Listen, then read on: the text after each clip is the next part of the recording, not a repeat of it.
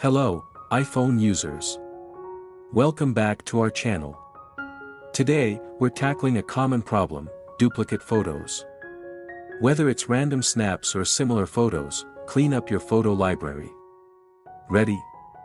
Let's dive in. Step 1, open the Photos app. Launch the Photos app on your iPhone, tap Albums at the bottom of the screen. Step 2, find duplicate albums. Scroll down and find Copy in the Utilities section. Step 3, select Duplicate Photos. In the Duplicates album, tap the duplicate photo you want to remove. If you want to select multiple copies, tap Select All in the top left corner.